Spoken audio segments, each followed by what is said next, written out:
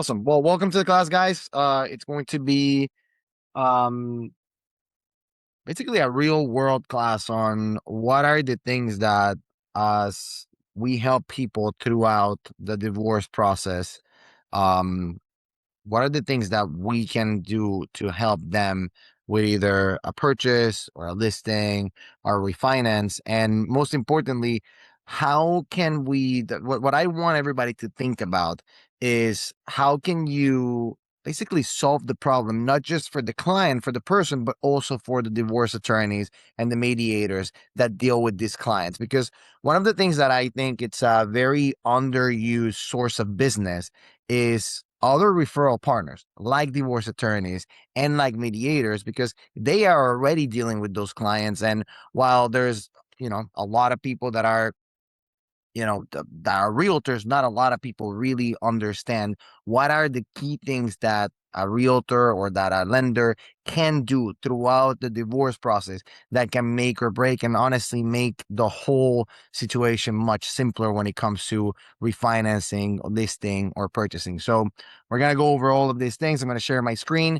If you have questions, please keep them to the end. We're going to give some time we're going to give some time at the end for some Q&A. Okay, just put it in the chat if you want. That way we don't forget. And then at the end, I can try to look over the chat and maybe answer all those questions. But I'm going to go ahead and share my screen now. Good. Can we see the screen? Awesome. Okay, perfect. So look, when somebody, unfortunately, the numbers are as such. Roughly 40 to 43% of marriages, of first marriages, end up in divorce, and 60 for second marriages, and more than 70% of third marriages end up in divorce. So, while this is not a great statistic, if you become really good and really proficient at helping people throughout the divorce, and you start speaking the same language that lawyers and mediators speak when it comes to this is a great source of business. Real estate is often the largest asset for most families. So a lot of people, there's a lot of, they focus a lot on what they're going to do with the property and what is it that they can do. Emotions tend to be very high, and it's a very, very long process. When people get divorced, they can take months, and that's something that we need to be very mindful of when we're helping somebody. And there's basically two types of clients when we're talking to some people that are getting through a divorce. One person that's retaining the property for the most part, and then somebody else that's going and buying a new property. And those are the two people that we need to try to help, and we need to understand how we can help them throughout this process. My biggest advice here is be an advisor and help them navigate the real estate and mortgage side. Do not be a therapist and do not be a lawyer. Definitely do not be a lawyer. Help the lawyer facilitate this, but do not try to become a lawyer. Okay. These are the biggest red flags that we see and the biggest problems that we see when somebody's going through the process. We need to make sure that the person can qualify for the home that they own. Okay, because we need to go through a whole requalification person for the person that's retaining the house. And the only way to remove somebody from title is to do the refinance. So that person that's going to keep the property, if they're going to keep the property and they want the other person to be removed from title, they need to qualify for a refinance. The person that's leaving the house, the person that's buying another property, obviously needs to qualify for the home that they're trying to purchase, attempting to purchase. And there's a lot of things that come in play here. For example, are they paying child support or alimony? And how is this going to affect them at the time of qualification? If it's a person receiving child support or alimony, how long do they need to receive this child support and this alimony before we can use it on the mortgage side to be able to qualify? So all of those things are things that we need to get ahead of. The other thing is, does the home have enough equity to refinance? And this is probably one of the biggest issues that I've seen. And I work with a lot of divorce attorneys here in Southwest Florida. And look, the market has been very different and very changing in the past 5 years. So a lot of people, I don't know if this happens to you, but you talk to sellers and they have in their mind an idea of how much their property is worth.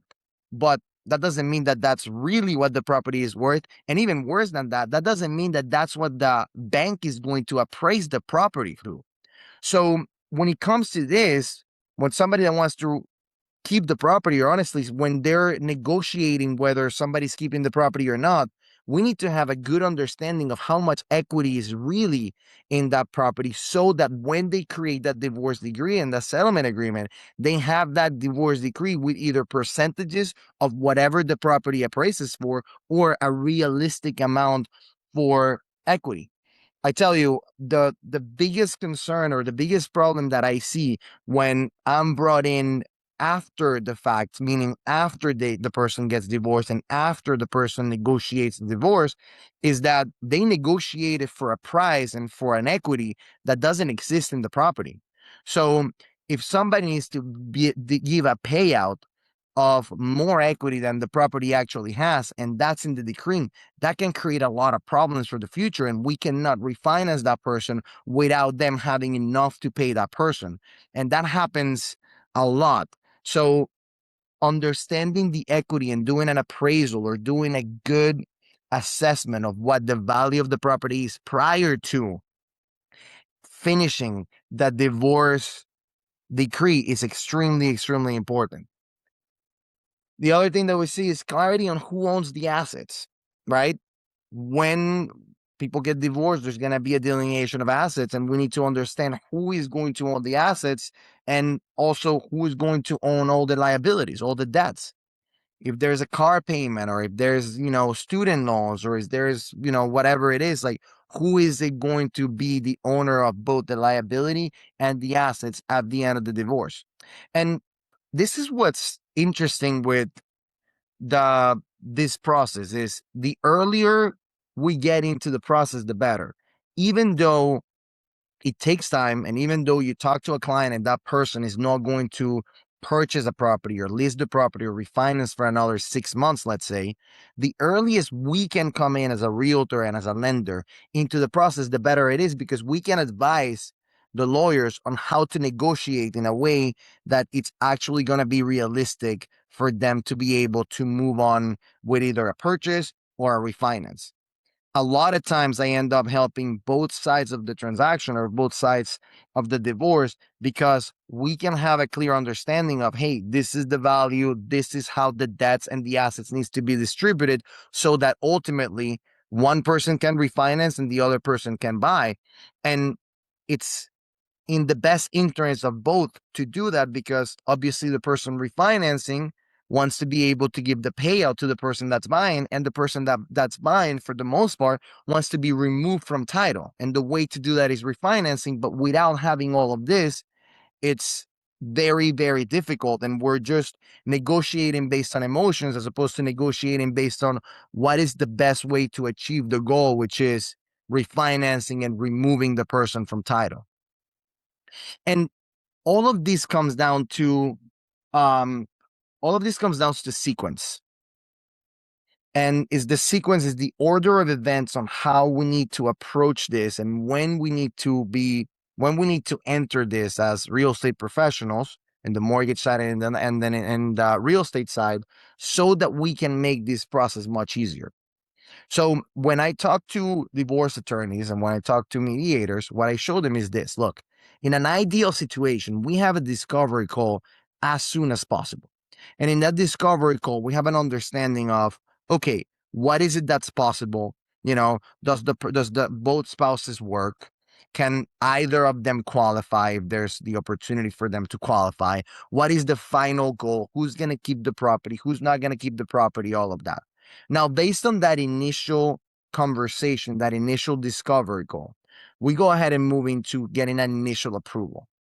Now, that approval, it's an approval that's done by a pre-underwriting team. So we have our underwriter look at it. We have everything. And then we go, okay, there's a possibility for whichever the party is to either buy the house or refinance this house. But then the second part, or the third part in this case, is to do a real equity analysis of the property.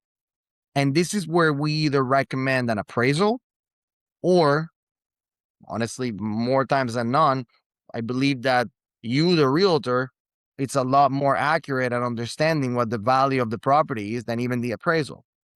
So this is when we need to have a clear understanding of somebody that's not the owner, because like I said, how many times you talk to an owner that thinks that their property is worth a lot more than it is, or they're still thinking that, houses are appreciating at 25% like they were during COVID, right? They don't have that pulse on the market, but we need to have a clear understanding. And what's nice is we're not only talking to the client, but we're also talking to, at this point, the lawyers and going, hey, realistically, in this market, we can either sell the property for this much, and not just sell the property for this much, but in addition, the actual equity of the property, the actual amount of money that the client would have in their pocket is this much. Because if we have an attorney, or if we have two people getting divorced, negotiate without having this number, or without having clarity on what this number can be, they're negotiating, they're just guessing. They're just, you guys are professionals at knowing how much a house is worth and what the market is doing. And not just what the house is worth and what the market is doing. I'm going to take this for a second. But also, you guys are professional at knowing how long a property is taking right now to sell. Because this is the thing. We have the attorneys with the client, or the clients with the help of the attorneys, negotiating how much money the house is worth and how long does the person keeping the house has to refinance the house or sell the house. And the truth is, they have no idea. A seller has no idea how long it takes right now in this market to sell a house. And the truth is, the best they can do is think about how it was when they bought the house or when they sold the house.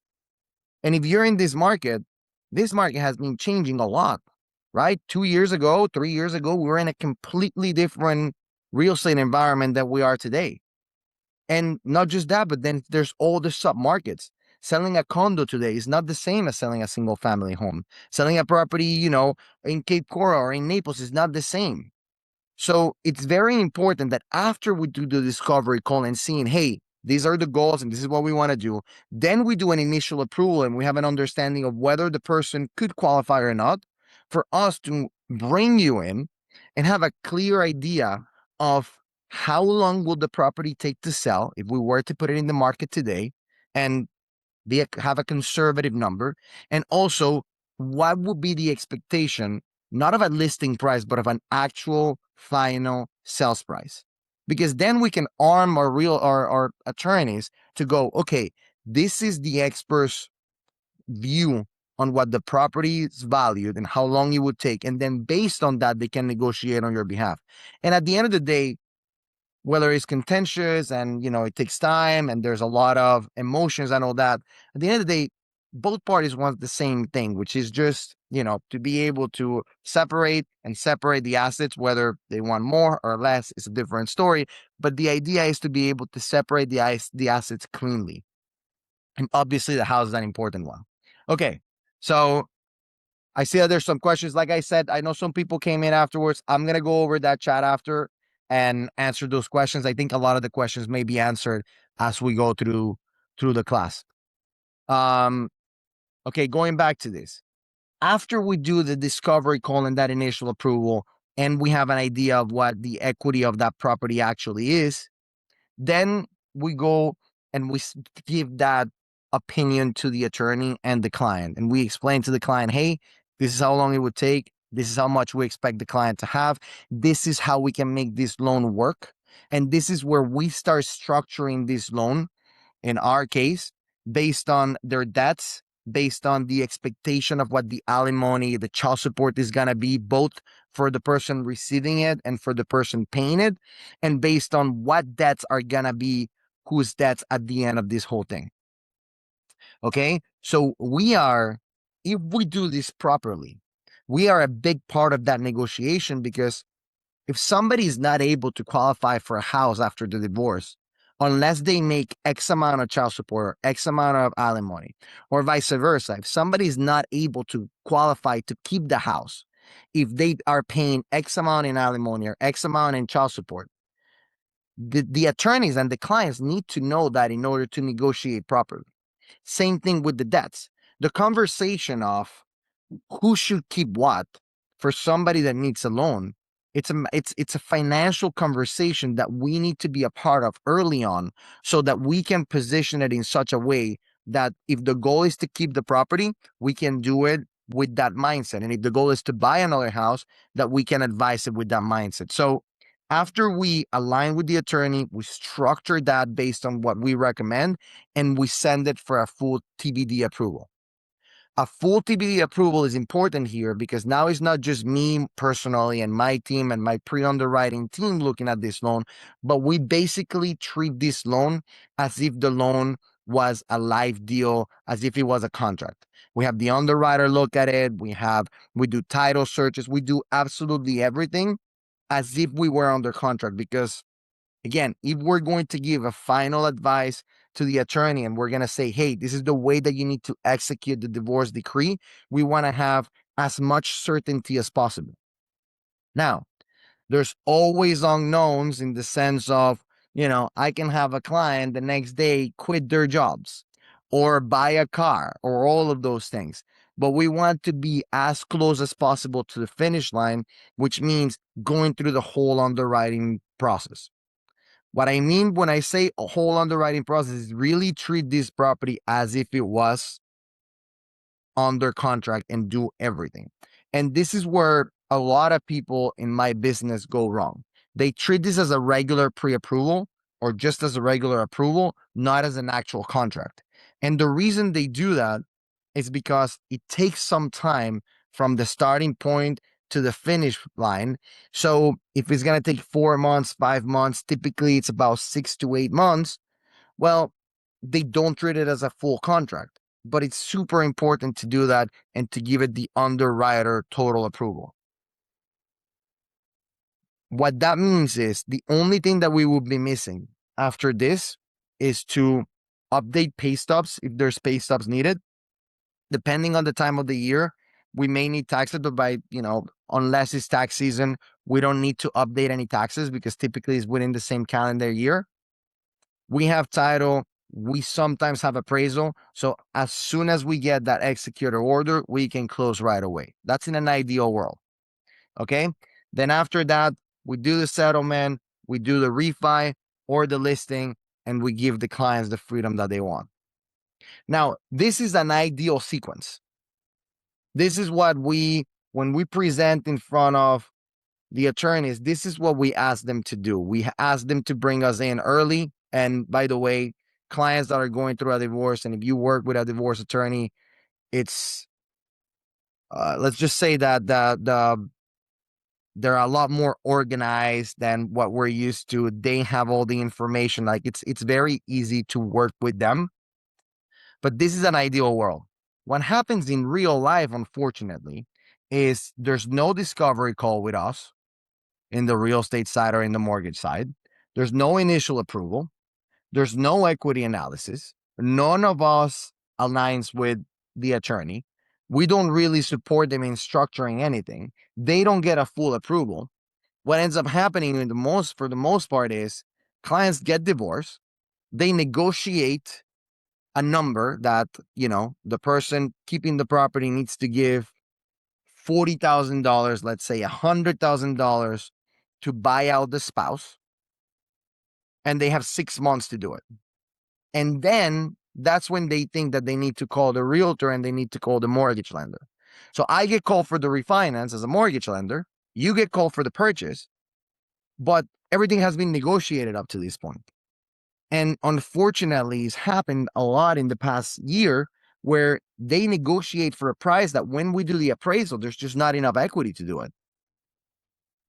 Or they negotiated for a timeline that they're stressed out because 6 months have gone by, 7 months have gone by, and the house is not selling. And all of this is, if you don't have a lot of experience with working with divorce attorneys, tell them these stories. When you talk to them about this, because those are the pain points that they have. They can think immediately about a lot of clients where this has happened to them. And we have made it a push in our branch to get very, very good at divorce lending. And that has helped us a lot because there's not a lot of people that specialize in this. And when you talk to those attorneys and you show them this, you show them this map, this is the same map that they will show to the client will talk to us and they will talk to you at the right time, and it's going to make their lives a lot easier. Okay, moving on. So the biggest red flag or the biggest problem that we have is refinancing or buying a property even possible after a divorce, and how is it? So there's a couple things that we need to look at right away. One of them is income, because mortgages at the end of the day, whether it's divorce lending or not, comes down to income, credit, and assets. Credit is what it is, but income is the biggest problem. So when it comes to income, the biggest new thing that we will have is alimony and child support. So these are the rules for alimony and child support when it comes to being able, on a mortgage standpoint, to use them for income. I think that's one of the questions that I believe Ike asked.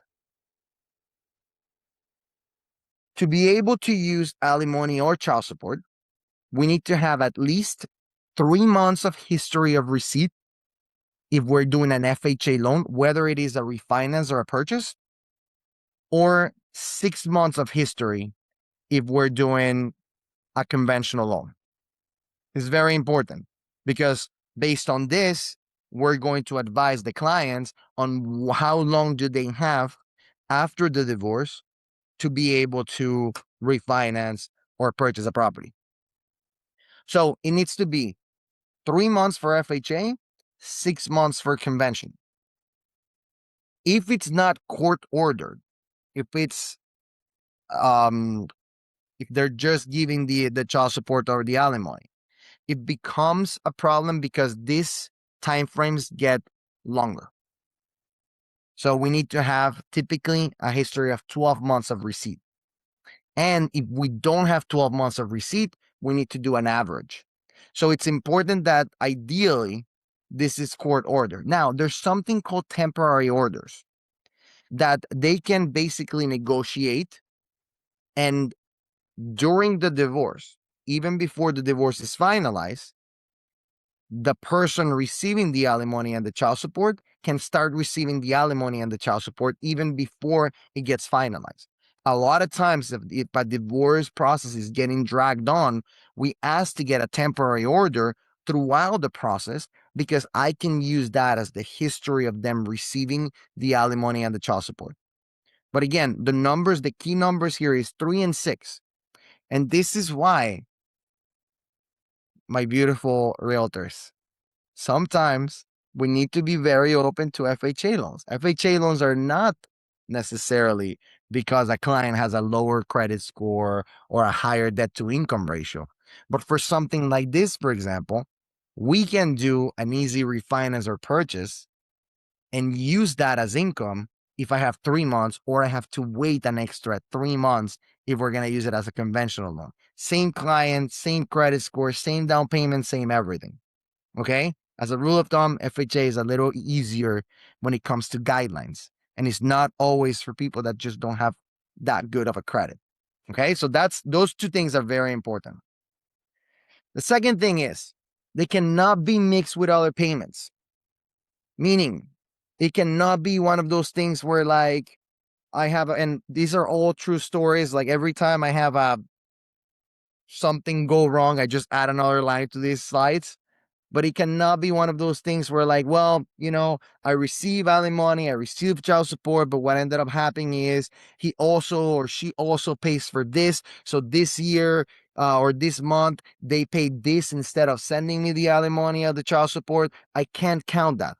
I need consecutive months of alimony and child support, very specific for what it is. That is very, very obvious for me and for an underwriter that payment is just for the alimony and just for the child support.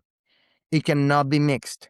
Okay? Because as soon as it's mixed and as soon as those numbers change month over month, then it's a variable income. We don't want variable income. We want to know, because I want to tell the underwriter, hey, they're going to receive this much every single month to the penny, and I have a history of receiving this every single month to the penny.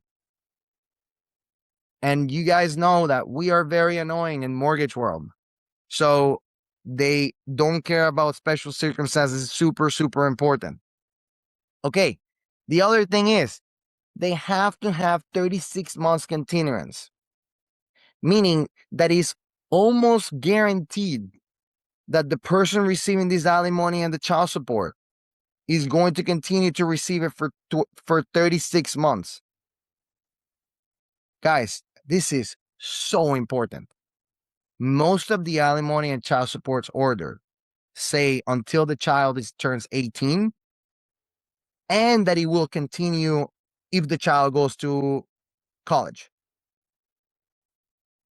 There is no guarantee that that child is going to go to college. Even if they're enrolled, even if they are athletes that are committed to the college, it doesn't matter. We do not have, from a mortgage standpoint, a guarantee that that child is going to go to college. So it's until the child turns 18. This is another point that is extremely important that we negotiate properly, because it's 18 and it's exactly 36 months. Okay, so if before we close, the kid getting the alimony, or I'm sorry, the child support, turns 15 and he's 15 and 1 day, then now I do not have 36 months after the closing where that kid is going to receive child support and I cannot use that as income. Very, very important that we understand it has to be 36 months. Okay. I don't see your faces, but I'm going to trust that you guys are writing this, or you guys know for sure that this is 36 months and not 35. Okay. This is a good thing. We can also gross up, because most of the time alimony and child support is not taxed. So most of the times we're able to gross that up. This is another trick that a lot of lenders don't know. We can gross that income up and give them more income. In mortgage world, unless you're self-employed, unfortunately, we work off of gross income if somebody's W-2. So because this 99% of the time is not taxed, we can gross it at 15% or 25%, depending on the type of loan we're doing, and we can actually add more income even though they're not receiving more income.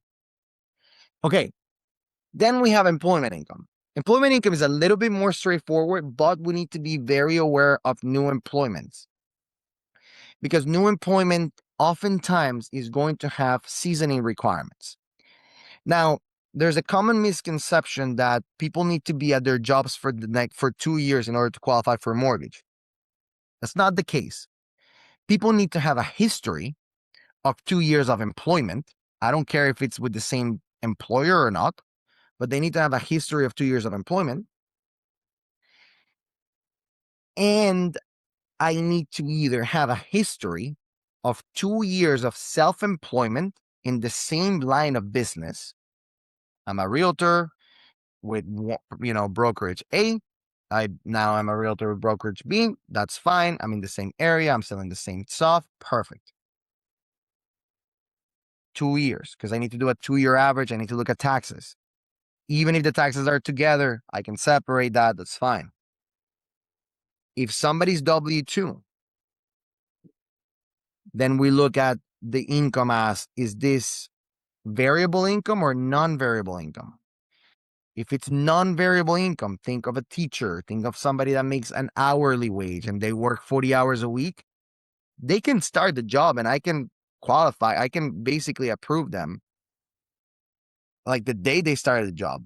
If they sign a contract like a teacher or a doctor, I can approve them even before they start the job, even if they don't have the 2 years. But if we're using bonus or commission or something that's variable, tips and things like that, then I need to do a 2-year average. Okay, so it's very important, especially when somebody's getting divorced. Oftentimes, there's a spouse that doesn't work and a spouse that works. Well, we need to track down employment history for the spouse that wasn't working. Even if there was a gap of employment, we need to see if in their history there was 2 years of continuous employment.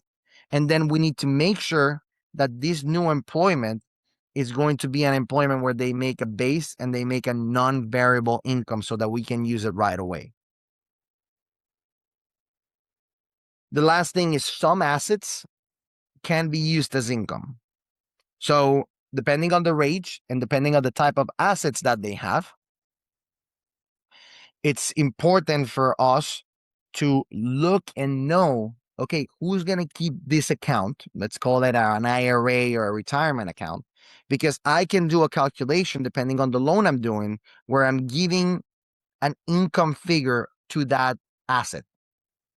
Okay, if somebody has X amount of money in an IRA, I can turn that, and by doing a calculation of an asset depletion, I can give that income to the person that's keeping that asset. Okay. That's when it comes to the income, which is important. Now, equally important is debt, because I don't care how much money somebody makes. If their debts are too high, they still don't qualify. Because in the mortgage world is a word, it's a world of debt to income ratios. That's what it is. So it's important for us to look at debt to income, and part of the debt to income is the debts. So what do we see? We look at the current debts. What debts belong to who, right? What's under a person's name, what's on the other person's name. We look at student loans and if they're deferred or not, because there's a way to calculate student loans. We look at other mortgages and if those other mortgages are escrowed or not, because that's going to matter. But most importantly, we look at future debts. And this is a little thing that changed, I want to say a couple of years ago. Yeah, in 2018. Child support, we have to put it as an expense. So it's basically another type of expense, another debt that the person has. But alimony, we have the option to not add it as an expense, but to deduct it from the income. And this is important because when we do the mathematical calculation of debt to income ratio, it's a lot better for the debt to income ratio to deduct that $1,000, let's say, from the income as opposed to add it as an expense, add it as a liability. So a lot of times, again, going back to negotiation, because that's what you need to think about, is we plug these numbers and we have to plug in the child support as expenses, just basically another car payment. But the alimony, we can just deduct from the income. And that ends up being beneficial for the client paying it if we deduct it from the income as opposed to adding it as an expense. So that's a big one. That's, I guess not so recent change anymore, but that's one of those things that unless we work a lot with people getting divorced, most people don't know that because you have the option of doing both. Okay. Another thing that's important here is that there's the multiple FHA loan exception. You cannot, or you're not able to have two FHA loans at the same time. But if you have a divorce decree, and if you're getting divorced and there's two spouses and one person is leaving the property that has the FHA loan and the other person is staying in the property and has the FHA loan, the person leaving the property is able to now qualify for another FHA loan, even though they already have an FHA loan. And they do not have to be removed from that FHA loan in order to qualify for the other FHA loan. So that's a big one too. That's one of those special divorce exceptions. Okay. Court order assignments of debt can be omitted. So if the court declares that the car payment, for example, it's going to be paid by the husband in this case and not the wife, then as a lender, I can completely ignore that car payment if I'm doing the loan for the wife. Typically, in order to do this, we would need 12 months of history of paying that debt. But if it's court order, that supersedes those 12 months and we can just immediately start ignoring debts. And again, I go back to sequence here because that's all we talk about when we talk to the attorneys is, hey, Bring us in early, because the earlier you bring us in, the easier we can tell you this is a debt that we need to assign to somebody else because this is going to be a debt to income killer. Okay? So court order assignments of debts can be omitted. Even the mortgages. Same thing. Typically, when it comes to mortgages, there's a lot of special things that court order assignments can be omitted. Okay. Other underwriting obstacles and solutions. When we look at the credit, yes, we're going to look at the credit score, but we also look at bankruptcies, forbearances, foreclosures, and post-divorce foreclosures. So this is important. We look at bankruptcies and foreclosures because there's a specific amount of time that somebody has to wait, depending on the loan they're doing, from the time that their bankruptcy and foreclosure get discharged until the time that they can qualify for a mortgage. That QR code, if you get there in the QR code, it's basically all of those time frames, depending on the type of loan you're doing. So take a second, scan the QR code. That's a flyer where we go over every single, bankruptcy, foreclosure, short sale, and all of that, and the time frames that the client needs to wait in order to be able to qualify for a mortgage, depending if it's conventional, FHA, DA, and USDA. And that's going to be across the board. The other thing is post-divorce foreclosures. This happens a lot too. Somebody gets divorced, okay? The person that's leaving and one person staying. The court orders that the person staying is the person that needs to make that payment. That's great. Based on that, I can qualify the person that's leaving. I can ignore the payment for that person. The person qualifies. That does not mean that that mortgage is going to be removed from their credit. Meaning that if the person staying on the house stops making payments, that's going to ruin the credit of the person leaving, even though that person is technically not responsible for that mortgage. It doesn't matter. It still dings their credit. And while we can explain away the fact that that person's credit got dinged not because they stopped making the payments, but because their ex, in this case, stopped making the payments, and we can overcome that from an underwriting standpoint, we cannot overcome the fact that the credit itself is bad. So this is a real life example. I have somebody, 750 credit score. I qualify them. They're great. They start looking at properties. 1 month goes by, 2 months goes by, 3 months goes by, 4 months goes by. It turns out that for the last 4 months, their ex hasn't been making the payments on the house that they kept. The credit score expired. I had to repull credit. By the time I repull credit, the credit had tanked because they were late 4 months on their past mortgage.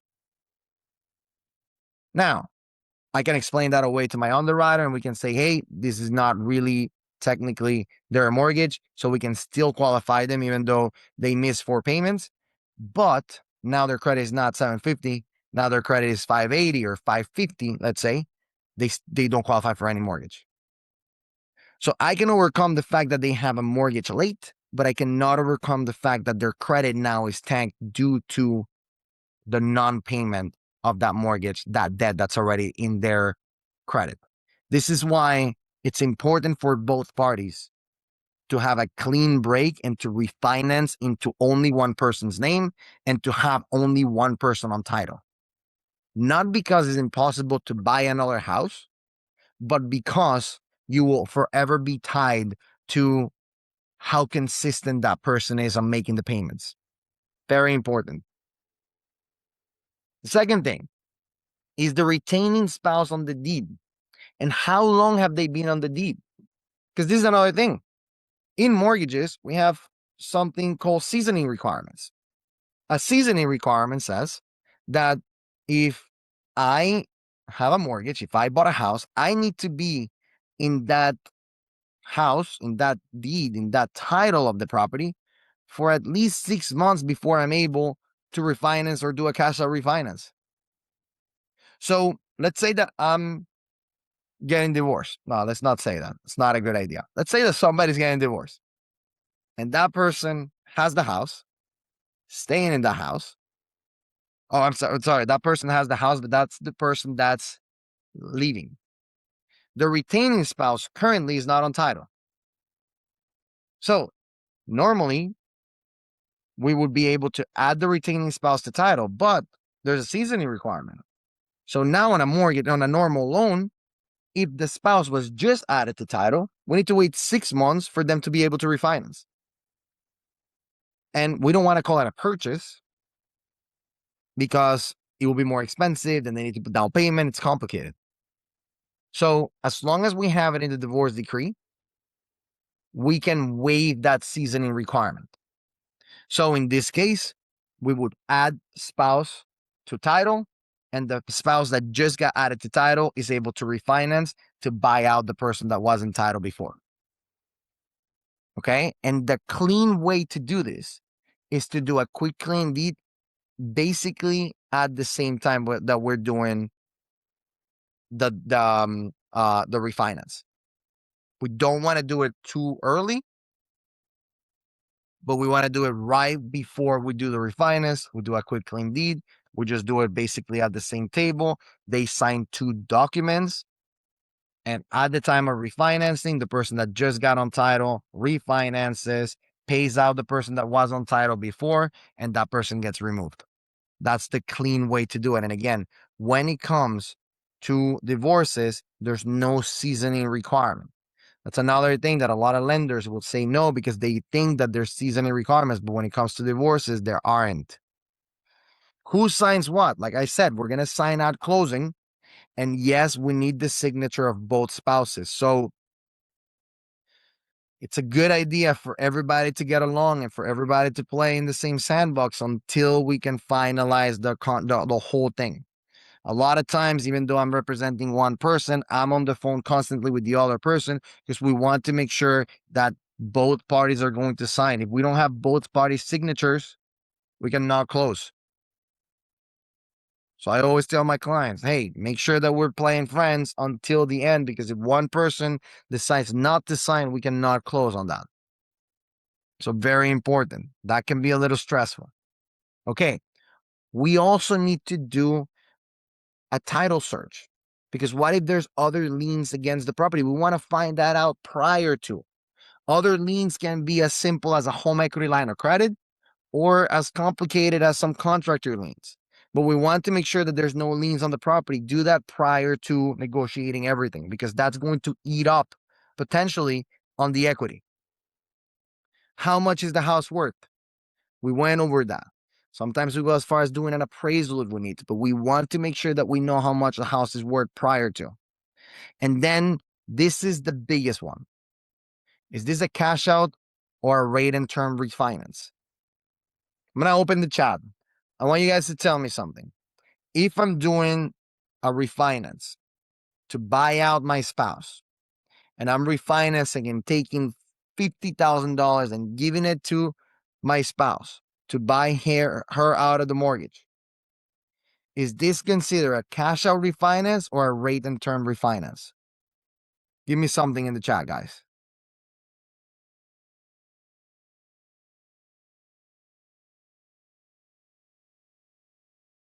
Come on.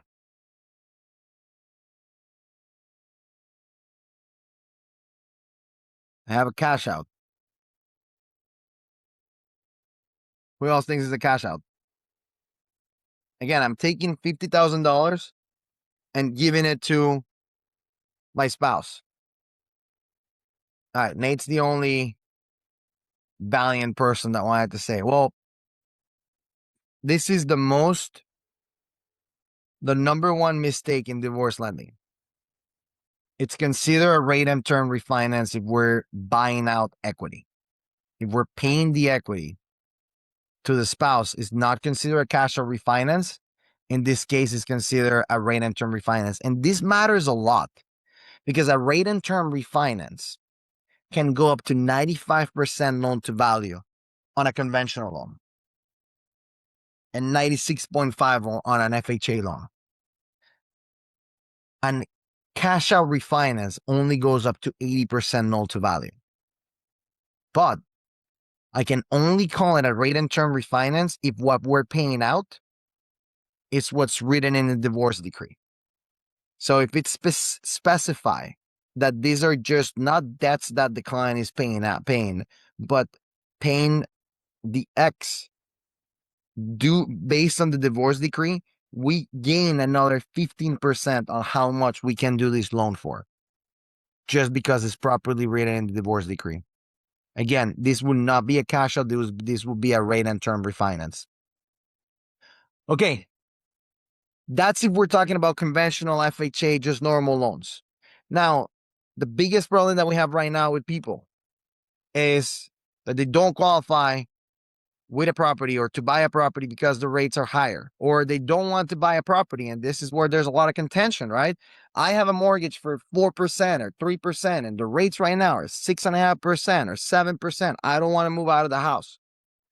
Well, we can get creative with that, right? There's a buy down strategy that we talk a lot about where the seller can pay for a buy down, can negotiate and pay for a buy down and lower the rates from a 6.5%, a 7% to a 5%, a 5.5%. We can do that today in this market. Another thing is if somebody doesn't qualify because they don't have income, we have no income loans. We do a lot of no income loans for people in this particular situation. Whether the no income loan is a true no income loan where we only require a 20% to 30% down payment and we don't look at income at all, or we do things like asset depletion loans where we take how much money they have in the bank and we do a calculation and we assign an income number to that without them even having to take that money out, and we can qualify them based on that. We also do bank statement loans. If we have people that maybe don't have their tax returns the way that they should have them and they don't show a lot of income, we can look at the last 12 months of bank statements. And based on that, based on the deposits that they put in the last 12 months of bank statements, or in their profit and loss, or in their 1099, we can use that as income. I saw somebody ask, how do we calculate somebody that's a realtor? Well, typically, we would look at the last 2 years of tax returns. And you start with a gross number, but you take all the deductions, and then you have your net number. We take that net number and we can add back a couple of things like depreciation and depletion and amortization and things like that. But for the most part, it's going to be closer to that number. Or we can turn into one of these loans and look at the last 12 months of bank statements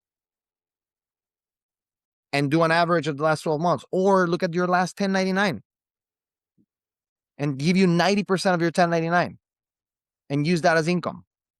Or we can just do a no income loan. And as long as you put enough down payment, we don't need to look at the income. Like I said, we do 1099 and P&Ls. Another thing that we see a lot is if we have a spouse buying out somebody else, instead of having to do a full refinance, especially if the other person is not on the title and they don't need to get anybody else off the title, we can do a HELOC. We can do lines of credits on any property, even if it's an investment property, and if it's a duplex or a fourplex, we can do an investment property on those. We can do a HELOC on those. And those are great because that's an easy way to pay off the equity. Now, that doesn't solve the problem of removing the person from title, but it does solve the problem of paying the equity. My biggest thing here is be the solution for the clients. Okay? The attorney and the mediators fear that the settlement is going to blow up after signing, that the clients will come back angry because the refinance or the listings fell. They're concerned about malpractice exposure. They constantly get their cases delayed because there's no final resolution. And the judge is asking why financial feasibility wasn't considered. Help prevent all of these disasters and talk to them about this and be the solution. Talk to divorce attorneys and tell them, hey, we can give you a pre-decree mortgage feasibility offer. Take a picture of that. Send them exactly this. co-host a class with me in attorneys' offices. I'll go, we'll give this presentation. I promise you, they love the sequence. They feel the pain of all of this, and they see how easy this could be solved by just having us talk to them early. And hey, unfortunately or fortunately, depending on how you think about this, we don't have the privilege of charging per hour like attorneys do. So now they have two experts coming to their clients for free, basically, right? As opposed to more billable hours, you know? And put together something like this. I have a file that I call the Florida Divorce Real Estate Protection Plan. Let's not do this. Real Estate Protection Blueprint. And that's what I send to every divorce attorney. And guys, nothing has given me more direct business than doing this, because they feel the pain. They have the ear of the clients trust them right now at that particular moment. And oftentimes we're able to help both sides of the divorce because of this. It's a tough process. It's a long process. If you become good at this and if you get knowledgeable at this, you can help a lot of people. All right. We are 7 minutes from the hour. This is a QR code for you guys to set up a meeting with me if you want to ask me questions. There's meetings from 45 minutes all the way to 15 minutes. If you just want to have a quick conversation, I'm happy to help anybody. I'm happy to co-host a class for people with you guys. I'm happy to do a webinar with you guys, but I promise you, these are people that needs us and that we can help.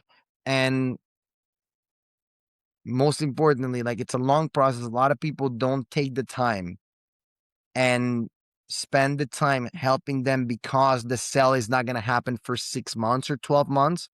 And they end up being in a really, really bad position.